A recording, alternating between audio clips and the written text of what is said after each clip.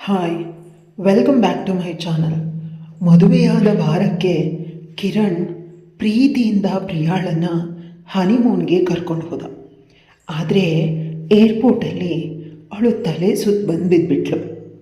ಅಲ್ಲಿ ಇದ್ದ ಒಬ್ಬ ಡಾಕ್ಟರ್ ಅವಳನ್ನು ಪರೀಕ್ಷಿಸಿ ಅವಳು 4 ತಿಂಗಳ ಗರ್ಭಿಣಿ ಅನ್ನೋದನ್ನು ಕನ್ಫರ್ಮ್ ಮಾಡಿದ್ರು.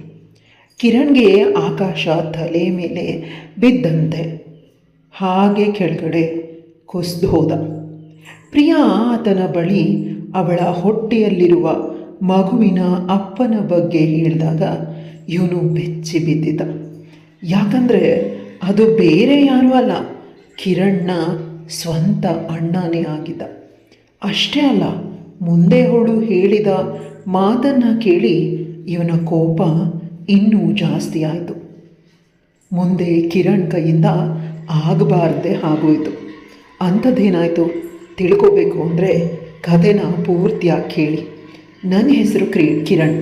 ಒಂದು ಪ್ರತಿಷ್ಠಿತ ಕಂಪನಿನಲ್ಲಿ ಸಾಫ್ಟ್ವೇರ್ ಇಂಜಿನಿಯರ್ ಆಗಿ ನಾನು ಚಿಕ್ಕಂದಿನಿಂದಲೂ ತುಂಬ ಅದೃಷ್ಟವಂತ.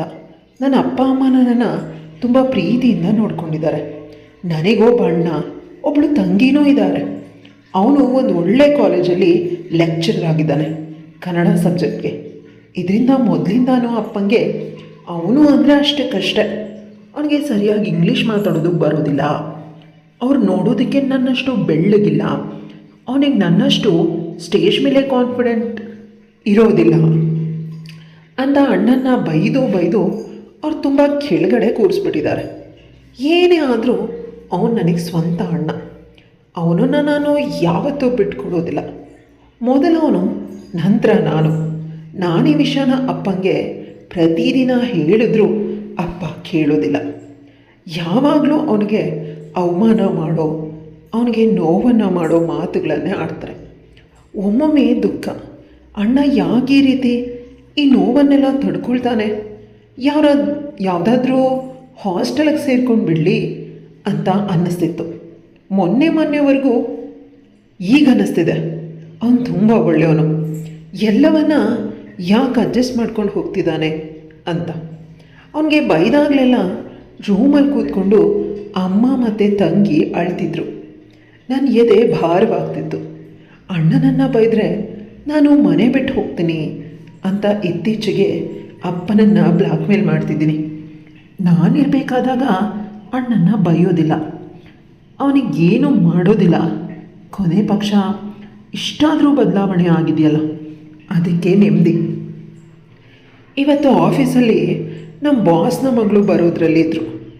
ಅವರು ಅಮೇರಿಕಾದಲ್ಲಿ ವಿದ್ಯಾಭ್ಯಾಸ ಮುಗಿಸಿ ಈಗ ನಮ್ಮ ಕಂಪನಿಯನ್ನು ನೋಡ್ಕೊಳ್ಳೋದಕ್ಕೆ ಬರ್ತಾರೆ. ಅದಕ್ಕಾಗಿ ಭಾರೀ ಸ್ವಾಗತ ನಡೀತಿದೆ. ಯಾಕಂದರೆ ಬಾಸ್ಗೆ ಇರೋದು ಒಬ್ಬಳೇ ಮಗಳು. ಅವಳ ಹೆಸರು ವಿಸ್ಮಯ ಅಂತ. ನೋಡೋದಕ್ಕೆ ತುಂಬ ಸುಂದರವಾಗಿದ್ದಾಳೆ, ತುಂಬ ಬ್ರಿಲಿಯಂಟ್, ತುಂಬ ಕೊಬ್ಬು ಅಂತ ಪ್ರತಿಯೊಬ್ಬರಿಗೂ ಹೇಳ್ತಿದ್ರು. ಅವ್ರಿಗೆ ಕೊಬ್ಬು ಅಂತ ಹೇಳೋದಕ್ಕೆ ಭಯ ಆಗಿ ತುಂಬ ಆ್ಯಟಿಟ್ಯೂಡ್ ಅಂತ ಹೇಳ್ತಿದ್ದಾರೆ. ಏನಿದ್ರು ನನ್ನ ಕೆಲಸ ನಾನು ಮಾಡ್ಕೊಂಡು ಹೋದ್ಮೇಲೆ ಅವಳ ಜೊತೆ ನನಗೇನು ಕೆಲಸ ಅಂತ ನಾನು ಸುಮ್ಮನೆ ಆಗಿದ್ದೆ. ಆದರೆ ಅಷ್ಟೊಂದು ಇಗ್ನೋರ್ ಮಾಡೋ ರೀತಿ ಏನೂ ಇರಲಿಲ್ಲ. ಕಂಪನಿಯ ಮ್ಯಾನೇಜರ್ ನಾನು ಆಗಿರೋದ್ರಿಂದ ಪ್ರತಿಯೊಂದು ಕೆಲಸನ ಅವಳಿಗೆ ಹೇಳೇ ಮಾಡಬೇಕು. ನಾನು ಪದೇ ಅವಳ ಬಗ್ಗೆ ಜಾಸ್ತಿ ಯೋಚನೆ ಮಾಡ್ತಿದ್ದೀನಿ. ಅವಳು ಬಂದಾಗ ನೋಡಿಕೊಂಡ್ರೆ ಆಯಿತು, ಜಾಸ್ತಿ ಆದರೆ ಕಂಪನಿನ ಚೇಂಜ್ ಮಾಡಿದ್ರೆ ಆಯಿತು. ಇಲ್ಲಿ ಯಾರಿಗೂ ಗುಲಾಮ್ರಲ್ಲ. ಅದಕ್ಕಿಂತ ಹೆಚ್ಚಾಗಿ ನಂದೇನು ಗೌರ್ಮೆಂಟ್ ಕೆಲಸ ಏನೂ ಅಲ್ವಲ್ಲ ಅಂತ ಸುಮ್ಮನಾದೆ. ನನಗಿಂತ ನನ್ನ ಸೀನಿಯರ್ಗಳು ತುಂಬ ಟೆನ್ಷನಲ್ಲಿ ಇದ್ದಾರೆ. ಇವಳನ್ನು ನೋಡಿದ್ದಾರೆ, ಅವಳ ಜೊತೆ ಕೆಲಸ ಮಾಡಿದ್ದಾರೆ. ನಮ್ಮ ಬಾಸ್ ಕೂಡ ತುಂಬ ಟೆನ್ಷನ್ನಲ್ಲಿ ಇದ್ದಾರೆ. ಅವಳು ಬಂದೇ ಬಿಟ್ಲು. ಇವರೆಲ್ಲ ಹೇಳ್ತಿದ್ದ ದಂತದ ಗೊಂಬೆ ಅಂತ ಅಂದ್ಕೊಂಡೆ. ಅವಳು ಕಾರಿಂದ ಕೆಳಗಡೆ ಕಾಲು ಹಾಕಿದ ನಂತರ ಅಲ್ಲಿದ್ದವರೆಲ್ಲ ಸೈಲೆಂಟ್ ಆಗೋದ್ರು. ಅವಳನ್ನು ವೆಲ್ಕಮ್ ಮಾಡೋದಕ್ಕೂ ಕೂಡ ಹೆದರ್ಕೊಳ್ತಾ ಇದ್ರು. ನಾನೋಗಿ ಅವಳನ್ನು ವೆಲ್ಕಮ್ ಮಾಡಬೇಕಾಯ್ತು. ಅವಳು ತುಂಬಾ ಸುಂದರವಾಗಿದ್ದಾಳೆ, ಫಿಲ್ಮ್ ಹೀರೋಯಿನ್ಗಳಿಗಿಂತ ಸುಂದರವಾಗಿದ್ದಾಳೆ. ಅವಳು ಈ ದೇಶದ ಹುಡುಗಿನೇ ಅಲ್ಲ, ವಿದೇಶದವಳು ಅಂತ ಅನಿಸುತ್ತೆ. ಅಷ್ಟೊಂದು ಸುಂದರವಾಗಿದ್ದಾಳೆ ಅಂತೀನಿ. ಅವಳ ಮೈ ಬಣ್ಣ, ಅವಳ ತುಟಿಗಳು ನಂಗಳನ್ನ ವರ್ಣಿಸೋದಕ್ಕೆ ಸಾಧ್ಯ ಆಗ್ತಾ ಇಲ್ಲ. ಅಷ್ಟೊಂದು ಸುಂದರವಾಗಿದ್ದಾಳೆ. ಆದರೆ ಮುಖದಲ್ಲಿ ಅವಳಿಗೆ ದುರಹಂಕಾರ ಇದೆ ಅನ್ನೋದು ಎದ್ದು ಕಾಣಿಸುತ್ತೆ. ಒಂದೇ ಒಂದು ಸ್ಮೈಲ್ ಇಲ್ಲ. ಸಂಸ್ಕಾರಕ್ಕೆ ನಾನು ಮುಖ ತುಂಬ ಸ್ಮೈಲ್ನ ಇಟ್ಕೊಂಡಿದ್ದೀನಿ. ದಿನಗಳು ಕಳೆದಂತೆ ನಂಗೆ ಅರ್ಥ ಆಯಿತು, ಅವಳ ಜೊತೆ ಕೆಲಸ ಮಾಡೋದು ಕಷ್ಟ ಏನೂ ಇಲ್ಲ. ಆದರೆ ಅವಳು ಏನಾದರೂ ಹೇಳಿದ್ರೆ ಅದಕ್ಕೆ ಓಕೆ ಆಯಿತು ಅಂತ ಹೇಳಿದ್ರೆ ಮುಗ್ದೋಯ್ತು. ಪ್ರತಿಯೊಂದಕ್ಕೂ ವಾದ ಮಾಡ್ತಾ ಕೂತ್ಕೊಂಡ್ರೆ ಜೀವನದಲ್ಲಿ ಏನೂ ಸಾಧಿಸೋದಕ್ಕೆಲ್ಲ. ಇವಳನ್ನು ಪೆಟ್ ಮಾಡಿಕೊಂಡ್ರೆ ಆಫೀಸಲ್ಲಿ ಪ್ರಮೋಷನ್ ಸಿಗುತ್ತೆ. ಯಾಕಂದರೆ ಆಫೀಸಲ್ಲಿರೋ ಪ್ರತಿಯೊಬ್ಬರಿಗೂ ಇವಳನ್ನು ಕಂಡ್ರೆ ಭಯ, ಅವರನ್ನೆಲ್ಲ ಕಂಡ್ರೆ ಕೋಪ, ಸರಿಯಾಗಿ ಕೆಲಸ ಮಾಡೋದಿಲ್ಲ ಅಂತ ಎಲ್ಲರೂ ಕಳ್ಳರು ಅಂತ. ಆದರೆ ನಾನು ತುಂಬ ಹಾನೆಸ್ಟ್, ಡಿಸಿಪ್ಲಿನ್ ಅಂತ ಇರೋದ್ರಿಂದ ನನ್ನ ಜೊತೆ ಸ್ವಲ್ಪ ಕನೆಕ್ಟ್ ಆಗ್ತಾಳೆ. ಆಫೀಸಲ್ಲಿ ಅಷ್ಟೊಂದು ಸಮಸ್ಯೆ ಇಲ್ಲ. ಇವತ್ತು ಮನೆಗೆ ಬಂದ ತಕ್ಷಣ ನನ್ನ ಆಚೆ ಬಂದು ನನ್ನನ್ನು ಗಟ್ಟಿಯಾಗಿ ತಪ್ಕೊಂಡ್ರು. ಅಂದರೆ ನನ್ನ ಅಪ್ಪನ ತಂಗಿ, ಸೋದರತ್ತೆ, ಮಾವ, ಅಪ್ಪ ಎಲ್ಲರೂ ಖುಷಿಯಿಂದ ಇದ್ದಾರೆ. ವಿಷಯ ಏನು ಅಂತ ಕೇಳಿದಾಗ ಅತ್ತೆ ಮಗಳು ಪ್ರಿಯಾಳನ್ನು ನನಗೆ ಕೊಟ್ಟು ಮದುವೆ ಮಾಡೋ ಬಗ್ಗೆ ಮಾತುಕತೆ ಆಗು ಹೋಗಿದೆ. ವಾರದಲ್ಲೇ ಇಲ್ಲೇ ಇರೋ ದೇವಸ್ಥಾನದಲ್ಲಿ ಮದುವೆ ಮಾಡ್ತೀನಿ, ಅಷ್ಟು ಬೇಗ ನಾನು ಪ್ರಿಪೇರೇ ಆಗಿಲ್ಲ. ಮದುವೆ ಅಂದಿದ್ದಕ್ಕೆ ಮದುವೆ ಬಟ್ಟೆ ಕೂಡ ನೀನು ಶಾಪಿಂಗ್ ಮಾಡಬೇಡ, ನಾವೆಲ್ಲ ಶಾಪಿಂಗ್ ಮಾಡ್ತೀವಿ ಅಂತ ಅಪ್ಪನೇ ಹೇಳಿಬಿಟ್ರು. ನೀನು ಮಂಟಪದಲ್ಲಿ ಬಂದು ಕೂತ್ಕೊಂಡು ಹುಡುಗಿಗೆ ತಾಳಿ ಕಟ್ಟು, ಅಷ್ಟು ಮಾಡಿದರೆ ಸಾಕು. ಪ್ರಿಯಾಳ ಎಕ್ಸಾಮ್ ಶುರುವಾಗ್ಬಿಡುತ್ತೆ ಮುಂದಿನ ತಿಂಗಳು ಅಂತ ಹೇಳಿದಾಗ ನನಗೆ ಶಾಕ್ ಆಯಿತು. ಪ್ರಿಯಾಳನ ನಾನು ಯಾವತ್ತೂ ಕೂಡ ಆ ದೃಷ್ಟಿಯಿಂದ ನೋಡೇ ಇರಲಿಲ್ಲ. ನನಗೆ ಅರ್ಗಿಸ್ಕೊಳ್ಳೋದಕ್ಕೂ ಕೂಡ ಸಾಧ್ಯ ಆಗಲಿಲ್ಲ. ನನ್ನ ಹುಡುಗಿ ನನ್ನ ರೀತಿಯೇ ಸಾಫ್ಟ್ವೇರಲ್ಲಿ ಕೆಲಸಕ್ಕಿರಬೇಕು ಅಂತ ಆಸೆ ಇತ್ತು. ಆದರೆ ನಾನು ನನ್ನ ಆಸೆನ ಹೇಳಿದಾಗ ಅಲ್ಲಿರೋರೆಲ್ಲ ನಕ್ಕಿದ್ರು. ನೀನು ಸಾಫ್ಟ್ವೇರ್ ಆದರೆ ಅವಳು ಸಾಫ್ಟ್ವೇರ್ ಆಗ್ತಾಳೆ ಅಂತ ಆಸೆ ಇಟ್ಕೊಳ್ಳಿ ಮಯ್ಯ. ಅವಳ ಮನೆಯಲ್ಲಿ ಅಡುಗೆ ಮಾಡ್ಕೊಂಡು ಹೋದರೆ ಸಾಕು, ನಿನ್ನನ್ನು ಮತ್ತು ನಿನ್ನ ಮಕ್ಕಳನ್ನು ಯಾರು ನೋಡ್ಕೊಳ್ತಾರೆ ಅಂತ ಅಪ್ಪ ಮತ್ತು ಮಾವ ಹೇಳಿದಾಗ ನಾನು ಏನೋ ಹೇಳೋದಕ್ಕೆ ಬಾಯಿ ತೆಗೆದೆ. ಆಗಮ್ಮ ನನ್ನ ಕೈನ ಹಿಡ್ಕೊಂಡು ರೂಮ್ಗೆ ಎಳ್ಕೊಂಡು ಹೋಗಿ ರೂಮಿನ ಬಾಗಿಲನ್ನು ಹಾಕಿ ಕೋಪದಿಂದ ಹೇಳಿದ್ಲು, ನೀನು ಏನೇ ಹೇಳಿದ್ರು ಯಾವುದೇ ಕಾರಣಕ್ಕೂ ಅವ್ರ ಪ್ರಿಯಾಳನ ನಿನ್ನ ಜೊತೆ ಮದುವೆ ಮಾಡೇ ತೀರ್ತಾರೆ. ನೀನು ಮದುವೆಗೆ ಒಪ್ಕೊಂಡ್ಬಿಡು. ನಿನ್ನ ಅತ್ತೆ ಬಂದಿದ್ದಾಳೆ ಆಸ್ತಿನಲ್ಲಿ ಪಾಲು ಬೇಕು ಅಂತ. ಮಗಳನ್ನು ಮದುವೆ ಮಾಡಿಕೊಂಡ್ರೆ ಪಾಲು ಕೇಳೋದಿಲ್ಲ, ಇಲ್ಲ ಅಂದರೆ ಸಮ ಪಾಲು ಬೇಕಂತ. ಅದಕ್ಕೆ ನೀನು ಅಪ್ಪ ಅಂತ ಮತ್ತೇನೂ ಮಾತಾಡದೆ ಅಮ್ಮ ಅಲ್ಲಿಂದ ಹೊರಟೋದ್ಲು. ವಿಷಯ ಅರ್ಥ ಆಯಿತು. ಪ್ರಿಯಾಳನ್ನು ಗಮನಿಸಿದಾಗ ಅವಳು ತುಂಬ ಸೈಲೆಂಟ್ ಆದ ಹುಡುಗಿ. ಅತ್ತೆ ರೀತಿ ಏನೋ ಘಾಟಿ ಅಲ್ಲ. ಈಗ ತಾನೇ ಡಿಗ್ರಿ ಓದ್ತಿದ್ದಾಳೆ. ಕೆಲಸ ಆಯಿತು. ಅವಳು ಜೋರಾಗಿ ಮಾತಾಡಿದ್ದು ಕೂಡ ನಾನು ನೋಡಿಲ್ಲ. ನಾನು ಯಾವಾಗಲೂ ಅಪ್ಪನ ಪ್ರೀತಿಯ ಮಗ. ಅಪ್ಪಂಗೆ ಅವಮಾನ ಮಾಡಬಾರ್ದು. ಅಪ್ಪ ಈ ಮದುವೆಗೆ ಇಷ್ಟಪಟ್ಟಿದ್ರೆ ಹಾಗೆ ಬಿಡೋಣ, ನನಗೂ ಕೈ ತುಂಬ ಸಂಬಳ ಬರುತ್ತೆ. ಪ್ರಿಯಾಣ ಪ್ರೀತಿಸೋದಕ್ಕೆ ಆರಂಭಿಸ್ದೆ. ಆ ಕ್ಷಣದಿಂದ ಅಪ್ಪಂಗೆ ರೂಮಿಂದ ಹೊರಗೆ ಬಂದು ಹೇಳಿದೆ, ಪ್ರಿಯಾಳನ್ನು ಮದುವೆ ಆಗೋದಕ್ಕೆ ನನಗೆ ಸಂಪೂರ್ಣ ಒಪ್ಪಿಗೆ ಇದೆ, ಆದರೆ ಅವಳ ಜೊತೆ ಒಮ್ಮೆ ಮಾತಾಡಬೇಕು ಅಂತ. ಆದರೆ ಅತ್ತೆ ಅದಕ್ಕೆ ಅವಕಾಶ ಮಾಡಿಕೊಟ್ಟಿಲ್ಲ. ಮದುವೆ ಆದಮೇಲೆ ಜೀವನ ಪರ್ಯಂತ ಮಾತಾಡಿ, ಈಗ ನಮ್ಮ ಮಗಳು ನಮಗೆ ಸ್ವಂತ ಅಂತ ಮಗಳನ್ನು ಗಟ್ಟಿಯಾಗಿ ತಪ್ಕೊಂಡ್ರು. ಆಫೀಸಲ್ಲಿ ರಜಕ್ಕಾಗಿ ನಾನು ಪರದಾಡಿದೆ. ಇಶಾ ಮೇಡಮ್ ರಜಾ ಕೊಡೋದಕ್ಕೆ ತುಂಬ ಸದಾಯಿಸಿದ್ರು. ಕೊನೆಗೆ ಅವ್ರ ಅಪ್ಪನ ಬಳಿ ಕೇಳಿದಾಗ ಅವ್ರು ವಾರದಲ್ಲೇ 15 ದಿನ ರಜಾ ತಗೋ, ಮದುವೆ ಆಗ್ತಿದೆಯಾ ಅಂತ ತುಂಬ ಖುಷಿಯಿಂದ ರಜೆ ಕೊಟ್ಟರು. ಒಂದು ವಾರ ಸಾಕಾಗಲಿಲ್ಲ ನನಗೆ ಶಾಪಿಂಗ್ ಮಾಡೋದಕ್ಕೆ. ಆದರೂ ತರಾತುರಿನಲ್ಲಿ ಎಲ್ಲ ಮಾಡೋದಕ್ಕೆ ಸರಿ ಹೋಯಿತು. ಈ ಸಂದರ್ಭದಲ್ಲಿ ನನ್ನ ಅಣ್ಣನೇ ಕಾಣಿಸ್ತಿರ್ಲಿಲ್ಲ. ಅವನಿಗೆ ಹೊರಗಡೆ ಕೆಲಸ ಇದೆ, ಅದಕ್ಕಾಗಿ ಕಳಿಸಿದ್ದೀನಿ. ವಿಷಯ ತುಂಬ, ನೀನು ಮದುವೆ ಬಗ್ಗೆ ಗಮನ ಕೊಡು ಅಂತ ಅಪ್ಪ ಹೇಳಿದ್ರು. ಅದೇ ರೀತಿ ವಾರದಲ್ಲಿ ನನ್ನ ಮತ್ತು ಪ್ರಿಯಾಳ ಮದುವೆ ತುಂಬ ಚೆನ್ನಾಗೇ ಆಯಿತು. ಪ್ರಿಯಾ ನನ್ನ ಪ್ರಾಣ, ನನ್ನ ಆತ್ಮ, ಅಷ್ಟು ನಾನು ಅವಳನ್ನು ಪ್ರೀತಿಸೋದಕ್ಕೆ ಆರಂಭಿಸ್ಬಿಟ್ಟಿದ್ದೆ. ಆದರೆ ಅವಳು ನನ್ನ ಕಡೆ ಒಂದು ಸಲ ಕೂಡ ನೋಡ್ತಿರ್ಲಿಲ್ಲ. ಅಲ್ಲೂ ಕೂಡ ಶಾಂತವಾಗಿಯೇ ಇರ್ತಿದ್ಲು. ಮೊದಲ ರಾತ್ರಿಗಾಗಿ ನಾನು ಜಾತಕ ಪಕ್ಷಿಯಂತೆ ಕಾಯ್ತಿದ್ದೀನಿ. ಮೊದಲ ರಾತ್ರಿನಲ್ಲಿ ಹಾಲನ್ನು ತಗೊಂಡು ಬಂದ ಪ್ರಿಯಾಳನ್ನು ಗಟ್ಟಿಯಾಗಿ ತಪ್ಕೊಳ್ಳೋದಕ್ಕೆ ಹೋದಾಗ ಅವಳು ತುಂಬ ದಪ್ಪ ಕಣ್ಣುಗಳಿಂದ ನನ್ನ ನೋಡಿ ನನಗೆ ಸ್ವಲ್ಪ ಸಮಯ ಬೇಕು ಅಂತ ಹೇಳಿ ಗೋಡೆ ಕಡೆ ತಿರುಗಿ ಮಲ್ಕೊಂಡ್ಬಿಟ್ಲು. ನನಗೆ ಶಾಕ್ ಆಯಿತು. ನಂತರ ಸರಿ ಅಂತ ಅನಿಸಿ ನಾನು ಕೂಡ ಅವಳಿಗೆ ಸ್ವಲ್ಪ ಸಮಯನ ಕೊಟ್ಟೆ. ಬೆಳಗ್ಗೆಯಿಂದ ಸಂಜೆವರೆಗೆ ಅವಳಿಗೆ ಮನೆಯಲ್ಲಿ ಕೆಲಸ ಇರುತ್ತೆ. ಮನೆ ಕೆಲಸನ ಅವಳು ಬೇಡ ಅಂತ ಅಂದ್ರೂ ಮಾಡ್ತಾಳೆ. ಅದಕ್ಕಾಗಿ ಅಮ್ಮ ಹನಿಮೂನ್ಗೆ ಕರ್ಕೊಂಡು ಹೊರಟುಬಿಡು, ಅಲ್ಲಿ ಏನೂ ಕೆಲಸ ಇರೋದಿಲ್ಲ, ನಿನಗೆ ಅಡ್ಜಸ್ಟ್ ಆಗ್ತಾಳೆ ಅಂದರು. ನನಗೆ ಐಡಿಯಾ ಇಷ್ಟ ಆಗಿ ಅದೇ ರೀತಿ ಮಾಡಿದೆ. ಮದುವೆಯಾದ ವಾರಕ್ಕೆ ನಾನು ಮತ್ತು ಪ್ರಿಯಾ ಹನಿಮೂನ್ಗೆ ಹೋಗೋದಕ್ಕೆ ಏರ್ಪೋರ್ಟಿಗೆ ಬಂದ್ವಿ.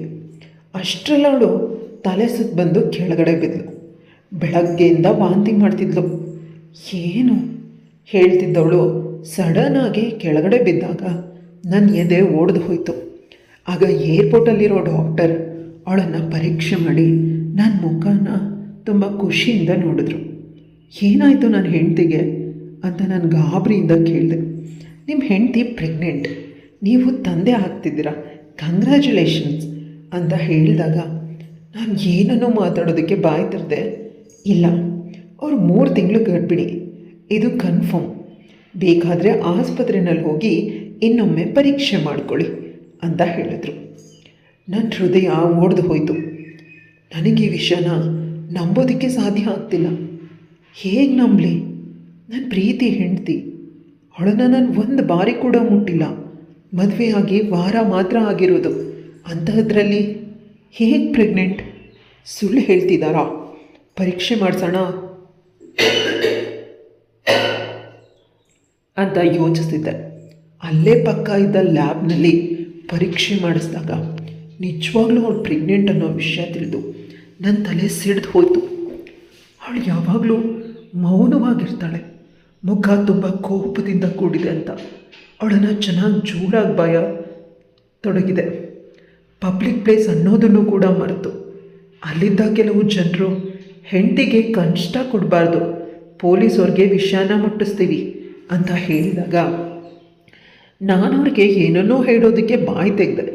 ಅಷ್ಟರಲ್ಲಿ ಎದುರುಗಡೆ ನನ್ನ ಅಣ್ಣ ಬಂದು ನನ್ನನ್ನು ಗಟ್ಟಿಯಾಗಿ ತಪ್ಪಿಕೊಂಡು ನನ್ನ ತಲೆ ಮೇಲೆ ಮುತ್ತನ್ನು ಕೊಡ್ತಿದ್ದಾನೆ. ಅವನನ್ನು ನೋಡಿ ನನಗೆ 100 ಆನೆ ಬಲ ಬಂದಂತಾಯಿತು. ಅಣ್ಣ ಎಲ್ಲಿ ಹೋಗಿದ್ದೆ ಅಂತ ಜೋರಾಗಿ ಅಳ್ತಾ ಇದ್ದೀನಿ. ಈಗಲೂ ಕೂಡ ಪ್ರಿಯಾ ಶಾಂತವಾಗೇ ನಿಂತಿದ್ದಾಳೆ. ಅವಳ ಮುಖ ಕೋಪದಿಂದ ಕೆಂಪಾಗಿದೆ. ಅಣ್ಣ, ಇವರೆಲ್ಲ ಸೇರಿಕೊಂಡು ಒಂದೇ ವಾರದಲ್ಲಿ ನನಗೆ ಪ್ರಿಯಾ ಜೊತೆ ಮದುವೆ ಮಾಡಿಬಿಟ್ರು. ಹನಿಮೂನ್ಗೆ ಹೋಗೋಣ ಅಂದರೆ ಅವಳು ಪ್ರೆಗ್ನೆಂಟ್ ಅನ್ನೋ ವಿಷಯ ತಿಳಿಯಿತು. ಅವಳು 3 ತಿಂಗಳು ಪ್ರೆಗ್ನೆಂಟ್ ಅಂತೆ. ಅದು ಹೇಗಣ್ಣ ಸಾಧ್ಯ? ಅಣ್ಣ, ನಾನು ಇನ್ನೂ ಅವಳನ್ನು ಮುಟ್ಟೇ ಇಲ್ಲ, ನೀನಿದ್ದಿದ್ರೆ ಈ ಮದುವೆ ಆಗ್ತಾನೇ ಇರಲಿಲ್ಲ ಅಂತ ಅಳೋದಕ್ಕೆ ಶುರು ಮಾಡಿದೆ. ಆಗ ಅಣ್ಣ ಹೇಳ್ದ, ಹೌದು, ನಾನಿದ್ದಿದ್ರೆ ಖಂಡಿತ ಈ ಮದುವೆ ನಿಜವಾಗ್ಲೂ ಆಗ್ತಿರಲಿಲ್ಲ. ಅಪ್ಪ ಯಾವುದೋ ಜಮೀನಿನ ವ್ಯಾಜ್ಯ ಇದೆ ಅಂತ ದೂರದ ಊರಿಗೆ ನನ್ನನ್ನು ಕಳಿಸ್ಬಿಟ್ರು. ತಾತನ ಊರಿಗೆ, ಅದು ಇಲ್ಲಿಂದ 400 ಕಿಲೋಮೀಟರ್ ದೂರ ಇದೆ ಅಲ್ವಾ. ನಿಮ್ಮ ಮದುವೆ ವಿಷಯ ನನಗೆ ತಿಳಿಲೇ ಇಲ್ಲ ಅಂತ ಹೇಳಿದಾಗ ಪ್ರಿಯಾ ಜೋರು ಮಾಡ್ತಾಳೆ. ನಾನು ನಿನ್ನ ನಂಬರ್ಗೆ ಫೋನ್ ಮಾಡಿದ್ರೆ ಫೋನ್ ನಾಟ್ ರೀಚಬಲ್ ಬಂತು, ನೀನು ಮಾಡ್ಬೋದಾಗಿತ್ತು ಅಲ್ವಾ ಅಂದಾಗ ನಿನ್ನ ಅಮ್ಮನಿಗೆ ಫೋನ್ ಮಾಡಿದ್ದೆ. ಪ್ರತಿದಿನ 2 ಬಾರಿ ಫೋನ್ ಮಾಡಿ ನಿನ್ನ ಸೌಖ್ಯನ ವಿಚಾರಿಸ್ತಿದ್ದೆ. ನೀನು ತುಂಬ ಚೆನ್ನಾಗಿದೆಯಾ ಅಂತ ಹೇಳ್ತಿದ್ರು. ನನ್ನಮ್ಮ ಆಗಲಿ, ತಂಗಿ ಆಗಲಿ, ಅಪ್ಪ ಆಗಲಿ ಯಾರೂ ಕೂಡ ನನಗೆ ಫೋನ್ ಮಾಡಿ ನನ್ನ ತಮ್ಮನ ಮದುವೆ ನಿನ್ನ ಜೊತೆ ನಡೀತಿದೆ ಅಂತ ಹೇಳಲಿಲ್ಲ. ನನಗೆ ಗೊತ್ತಾಗಲಿಲ್ಲ. ಈಗ ಸ್ವಲ್ಪ ಸಮಯಕ್ಕೆ ಮುಂಚೆ ಮನೆಗೆ ಬಂದೆ. ಆಗಮ್ಮ ವಿಷಯನ ತಿಳಿಸಿದ್ದು. ಇಲ್ಲಿಗೆ ಓಡ್ಕೊಂಡು ಬಂದಿದ್ದೀನಿ ಅಂತ ಹೇಳಬೇಕಾದಾಗ ಅಣ್ಣನ ಹತ್ರ ಕೇಳಿದೆ, ಪ್ರಿಯಾಳ ಸೌಖ್ಯನ ನೀನು ಯಾಕೆ ಪ್ರತಿದಿನ ವಿಚಾರಿಸ್ತಿದ್ದೆ? ನನಗೆ ನೀನು ಒಂದು ಫೋನೂ ಮಾಡ್ತಿರ್ಲಿಲ್ಲ ಅಂದಾಗ ನನ್ನ ಅಣ್ಣ ತಲೆ ಬಗ್ಗಿಸ್ದ. ಆಗ ಪ್ರಿಯಾ, ನನ್ನ ಹೊಟ್ಟೆನಲ್ಲಿರೋ ಮಗುಗೆ ಅಪ್ಪ ನಿನ್ನ ಸ್ವಂತ ಅಣ್ಣ. ನಾವಿಬ್ಬರು ಚಿಕ್ಕ ವಯಸ್ಸಿಂದ ಪ್ರೀತಿ ಮಾಡ್ತಿದ್ದೀವಿ. ನಮ್ಮಿಬ್ಬರಿಗೆ ಮದುವೆ ಮಾಡಿಸೋದಾಗಿ ನನ್ನಮ್ಮ ಪ್ರಾಮಿಸ್ ಮಾಡಿದ್ಲು. ಆದರೂ ನಾವು ಆದಿ ತಪ್ಪಿರಲಿಲ್ಲ. ಆದರೆ ಸ್ವಲ್ಪ ತಿಂಗಳುಗಳ ಮುಂಚೆ ನಿನ್ನ ಮಾವನ ಮಗನ ಜೊತೆ ನಿನ್ನ ಮದುವೆ ಅಂತ ಹೇಳಿದ್ಲು. ಅಂದರೆ ನಾನು ನಿನ್ನ ಅಣ್ಣನ ಜೊತೆನೇ ಮದುವೆ ಅಂತ ಅಂದ್ಕೊಂಡಿದ್ದೆ. ಆದರೆ ಅಮ್ಮನ ಮನಸ್ಸಲ್ಲಿ ನಿನ್ನ ಜೊತೆ ಮದುವೆ ಮಾಡಬೇಕು ಅಂತ ಇರೋದು ಇತ್ತು. ನೀನು ನಿನ್ನ ಅಣ್ಣಂಗಿಂತ ಜಾಸ್ತಿ ದುಡಿದೀಯಾ, ನೋಡೋದಕ್ಕೂ ಕೂಡ ಸುಂದರವಾಗಿದೆಯಾ ಅನ್ನೋ ವಿಷಯವೇನು ನನಗೆ ತಿಳಿದಿಲ್ಲ. ಅದಕ್ಕೆ ನಾವಿಬ್ಬರು ಎಲ್ಲೇ ಮೀರಿದ್ವಿ ಅಂತ ನಡೆದಿದ್ರಲ್ಲಿ. ಆದರೆ ಅಮ್ಮ ನಿಜವಾಗ್ಲೂ ನಿನ್ನ ಮದುವೆನ ಮಾವನ ಮಗನ ಜೊತೆ ಮಾಡಿಸ್ತೀನಿ ಅಂತ ಹೇಳಿದಾಗ ನಾನೇ ಸ್ವಲ್ಪ ಮುಂದುವರೆದ್ಬಿಟ್ಟೆ. ತನ್ನ ಪ್ರಿಯ ಹೇಳಿದಾಗ ಕಿರಣ್ಗೆ ತುಂಬ ಹಿಂಸೆ ಆಯಿತು. ಆಗ ಅವನು ಅವ್ರ ಅಣ್ಣನ ಮುಖನ ನೋಡಿ ಹೇಳ್ತಾನೆ, ಅಣ್ಣ ಪ್ಲೀಸ್ ಇವಳು ಹೇಳ್ತಿರೋದು ಸುಳ್ಳು ಅಂತ ಹೇಳು. ನೀನು ನನ್ನವನು, ನನಗಾಗಿ ಏನು ಬೇಕಾದರೂ ಮಾಡ್ತೀಯ. ಆದರೆ ಅಮ್ಮ ಮಗಳು ಸೇರಿ ನಮ್ಮಿಬ್ಬರನ್ನ ಯಾಮಾರಿಸ್ತಿದ್ದಾರೆ ಅಂತ ಹೇಳಿದಾಗ ಅವನು ಮುಖನ ನೋಡಿ, ಇಲ್ಲಿಷ್ಟು ಜೋರು ಮಾಡ್ತಿದ್ಯಾ? ನನ್ನ ತಮ್ಮಂಗೆ ಮದುವೆ ಮಂಟಪದಲ್ಲಿ ಹೇಳ್ಬೋದಿತ್ತಲ್ವಾ ಮದುವೆ ಆಗೋದಿಲ್ಲ ಅಂತ. ನನ್ನ ಮನೆಯಲ್ಲಿ ತಾಯಿ ಬಳಿ ಇದ್ದರೂ ಹೇಳಿದ್ರು ಆಗ್ತಿತ್ತು ಅಂದಾಗ ಆ ಪ್ರಯತ್ನನೂ ಮಾಡಿದೆ. ಯಾರೋ ನನ್ನ ಮಾತನ್ನು ಕೇಳಲೇ ಇಲ್ಲ. ನನ್ನ ತಂದೆ ತಾಯಿ ಹೇಳಿದ್ರು, ಯಾರಿಗಾದ್ರೂ ಪದೇ ಪದೇ ಹೇಳಿ ಮದುವೆನ ನಿಲ್ಲಿಸಿದ್ರೆ ನಿನ್ನ ತಂದೆ ತಾಯಿನ ನೀನು ಜೀವಂತವಾಗಿ ನೋಡೋದಿಲ್ಲ ಅಂತ. ಆದರೆ ಈಗ ತುಂಬ ಕಷ್ಟ ಆಗ್ತಿದೆ. ಅಪ್ಪ ಅಮ್ಮ ಎಷ್ಟು ಹೆದರಿಸಿದ್ರು ಕೂಡ ನಾನು ಮದುವೆ ನಿಲ್ಲಿಸ್ಬಿಟ್ಟಿದ್ದಿದ್ರೆ ಇವತ್ತು ನಾನು ನೆಮ್ಮದಿಯಾಗಿರ್ತಿದ್ದೆ. ನಾನು ಮಾಡಿದೆ ಅಂತ ಅವಳು ಅಳ್ತಾ ಕುಸಿದು ಅಳ್ತಿದ್ದಾಳೆ. ಅಳ್ತಿರೋ ಪ್ರಿಯಾಳನ್ನು ನೋಡಿ ಸಂಕಟ ಆಯಿತು. ಅಣ್ಣನ ಅಸಹಾಯಕತೆನ ನೋಡಿ ಬೇಜಾರಾಯಿತು. ಅಣ್ಣ, ನಿಜವಾಗ್ಲೂ ನಿನ್ನ ಪ್ರಿಯಾಳನ್ನು ಕಾಪಾಡೋದಕ್ಕೆ ನಿನ್ನ ಮೇಲೆ ಅಪವಾದ ಹೊರಿಸ್ಕೊಳ್ತಿದೀಯಾ? ನಾನು ಚಿಕ್ಕ ವಯಸ್ಸಿಂದ ನಿನ್ನನ್ನು ನೋಡಿದ್ದೀನಿ. ನೀನು ಆ ರೀತಿ ತಪ್ಪನ್ನು ಮಾಡೋದಕ್ಕೆ ಸಾಧ್ಯನೇ ಇಲ್ಲ. ಈ ಪ್ರಿಯಾ ಮೇಲೆ ನನಗೆ ನಂಬಿಕೆ ಇಲ್ಲ ಅಂತ ಅವ್ನು ಜೋರಾಗಿ ಕಿರಿಸಿದಾಗ ಪ್ರಿಯಾ ತನ್ನ ಫೋನಲ್ಲಿದ್ದ ಅವಳ ಮತ್ತು ಅವ್ರ ಅಣ್ಣನ ಫೋಟೋಗಳನ್ನು ತೋರಿಸೋದಕ್ಕೆ ಶುರು ಮಾಡಿದ್ಲು. ಕೆಲವು ಫೋಟೋಗಳನ್ನು ಇವನಿಗೆ ನೋಡೋದಕ್ಕೆ ಸಾಧ್ಯ ಆಗಲಿಲ್ಲ. ಇಬ್ಬರು ಒಬ್ರಿಗೊಬ್ರು ಮುತ್ತು ಕೊಟ್ಕೊಂಡು ತಪ್ಪಿಕೊಂಡು ಈ ರೀತಿಯೆಲ್ಲ ಇತ್ತು. ಅಷ್ಟರಲ್ಲಿ ಕಿರಣ್ ಅಪ್ಪ ಬಂದು ಕಿರಣ್ ಕೈ ಕಾಲು ಹಿಡ್ಕೊಳ್ತಿದ್ದಾರೆ. ವಿಷಯ ಈಗ ತಿಳಿತು. ನಿಮ್ಮ ಅತ್ತೆ ಹೇಳಿದ್ಲು, ನನ್ನ ತಪ್ಪಿನಿಂದ ಇವತ್ತು ನಿನ್ನ ಬದುಕು ಹಾಳಾಯಿತು ಅಂತ ಕಿರಣ್ ಬಳಿ ಕ್ಷಮೆ ಕೇಳ್ತಿದ್ದಾರೆ. ಕಿರಣ್, ದಯವಿಟ್ಟು ಅಪ್ಪ ನನ್ನನ್ನು ಕ್ಷಮಿಸು. ನಾನು ನೀನು ಹೇಳಿದ ಮಾತನ್ನು ಕೇಳಿ ಬದುಕನ್ನು ಹಾಳು ಮಾಡಿಕೊಂಡೆ. ಈಗ ಯಾವುದೇ ಕಾರಣಕ್ಕೂ ಪ್ರಿಯಾ ಜೊತೆ ಬದುಕೋದಿಲ್ಲ ಅಂದಾಗ ಅವರಪ್ಪ ಕೂಡ ಅದೇ ಹೇಳಿದ. ಅಷ್ಟರಲ್ಲಿ ಕಿರಣ್ ಅಪ್ಪ, ನಾನು ಕೂಡ ಅದೇ ಮಾತನ್ನು ಹೇಳೋದಕ್ಕೆ ಬಂದೆ ಮಗು. ನಿನ್ನ ಹತ್ರ ಹೇಳ್ತಿದ್ಲು ಪ್ರಿಯಾ ನಿನ್ನ ಅಣ್ಣನ ಮಗುವಿಗೆ ತಾಯಿ ಆಗ್ತಿದ್ದಾಳೆ ಅಂತ. ವಿಷಯ ಇಷ್ಟೊಂದು ಮುಂದುವರೆದಿದೆ ಅಂತ ನನಗೆ ಗೊತ್ತಿರಲಿಲ್ಲ. ನಾನು ಕೇವಲ ನಿನ್ನ ಅಣ್ಣನನ್ನು ಇಷ್ಟಪಟ್ಟಿದ್ದಾಳೆ. ನಿನ್ನ ಅಣ್ಣನಲ್ಲಿ ಇಷ್ಟಪಡೋದು ಏನಿದೆ? ನೀನು ನೋಡೋದಕ್ಕೆ ಸುಂದರವಾಗಿದೆಯಾ, ಒಳ್ಳೆ ಕೆಲಸದಲ್ಲಿದೆಯಾ, ನನ್ನ ತಂಗಿ ಮಗಳು ಅಲ್ವಾ ಅಂತ ಅಂದ್ಕೊಂಡೆ. ವಿಷಯ ಇಷ್ಟೊಂದು ಮುಂದುವರೆದಿರೋದು ನನಗೂ ಗೊತ್ತಿಲ್ಲ ಅಂತ ಅವರಪ್ಪ ಮುಖನ ಮುಚ್ಕೊಂಡು ಅಳ್ತಿದ್ದ. ಕಿರಣ್ ಪ್ರಿಯಾಳ ಕೈಯನ್ನು ಹಿಡ್ಕೊಂಡು ಅವರ ಅಣ್ಣನ ಕೈ ಮೇಲೆ ಪ್ರಿಯಾಳ ಕೈಯನ್ನು ಇರಿಸ್ದ. ಅಣ್ಣ, ಇವಳು ನಿನ್ನ ಹೆಂಡತಿ, ನಿನ್ನ ಜವಾಬ್ದಾರಿ. ನೀವಿಬ್ಬರು ಗಂಡ ಹೆಂಡತಿ. ನಿಜವಾಗ್ಲೂ ನೀವಿಬ್ಬರು ಜೊತೆನಲ್ಲಿನೇ ಇರಿ. ಮದುವೆ ಆಗಿ ನಮ್ಮಿಬ್ಬರ ಮದುವೆ ಒಂದು ನಾಟಕ ಅಂತ ಹೇಳಿ ಪ್ರಿಯಾಳ ಕುತ್ತಿಗೆನಲ್ಲಿದ್ದ ಕಿರಣ್ ಕಟ್ಟಿದ್ದ ತಾಳಿಯನ್ನು ತೆಗೆದು ತನ್ನ ಕೈಯಲ್ಲಿ ಹಿಡ್ಕೊಂಡು ಅಲ್ಲಿಂದ ಹೊರಗಡೆ ನಡೆದ. ಎಲ್ಲಿಗೆ ಹೋಗ್ತಾ ಇದ್ದೀನಿ ಅಂತ ಅವನಿಗೆ ಗೊತ್ತಿಲ್ಲ. ಕಿರಣ್ ರೋಡಲ್ಲಿ ಹೋಗ್ತಾ ಹೋಗ್ತಾ ಅಲ್ಲೇ ಇದ್ದ ಒಂದು ಪಾರ್ಕಲ್ಲಿ ಬಂದು ಕೂತ್ಕೊಂಡ. ಅವನಿಗೆ ಸುಸ್ತಾಗ್ತಾ ಇದೆ, ಕಾಲು ನೋಯ್ತಾ ಇದೆ, ತಿಳಿತಾ ಇಲ್ಲ. ಆದರೆ ಮನಸ್ಸಿನ ನೋವು ಜಾಸ್ತಿ ಇರೋದ್ರಿಂದ ಕಾಲಿನ ನೋವು ಅಷ್ಟೊಂದು ಗೊತ್ತಾಗ್ತಿಲ್ಲ. ಪ್ರಿಯಾಳ್ ಅನ್ನೋ ಬಲವಂತವಾಗಿ ಇವನು ಇಷ್ಟಪಡೋದಕ್ಕೆ ಪ್ರಯತ್ನಿಸಿದ್ದ. ಹೇಗಿದ್ರೂ ಮದುವೆ ಆಗ್ತೀನಿ, ನಾನು ಹೆಂಡತಿ ಆಗೋಳು ಸುಂದರವಾಗಿದ್ದಾಳೆ ಅಂದ ಅಷ್ಟೇ ಹೊರತು ಅವಳ ಮೇಲವನಿಗೆ ಮೊದಲಿಂದಲೂ ಆಸೆ ಆಗಲಿ ಪ್ರೇಮ ಆಗಲಿ ಇರಲಿಲ್ಲ. ಒಂದೆರಡು ದಿನದಲ್ಲಿ ಇದನ್ನೆಲ್ಲ ನಾನು ಮರ್ತು ಬಿಡಬಹುದು ಅಂತ ಅವನು ಅಂದ್ಕೊಂಡ. ಆದರೂ ಒಂದೇ ಮನೆಯಲ್ಲಿ ಹೇಗಿರುವುದು? ನನಗೆ ಹೇಗಿದ್ದರೂ ಕಂಪ್ನಿಯಿಂದ ಅಪಾರ್ಟ್ಮೆಂಟ್ ಕೊಟ್ಟಿದ್ದಾರೆ, ನಾನು ಅಲ್ಲೇ ಹೋಗಿರ್ತೀನಿ ಅಂತ ಅವ್ರ ಅಣ್ಣಂಗೆ ಮೆಸೇಜ್ ಮಾಡ್ದ.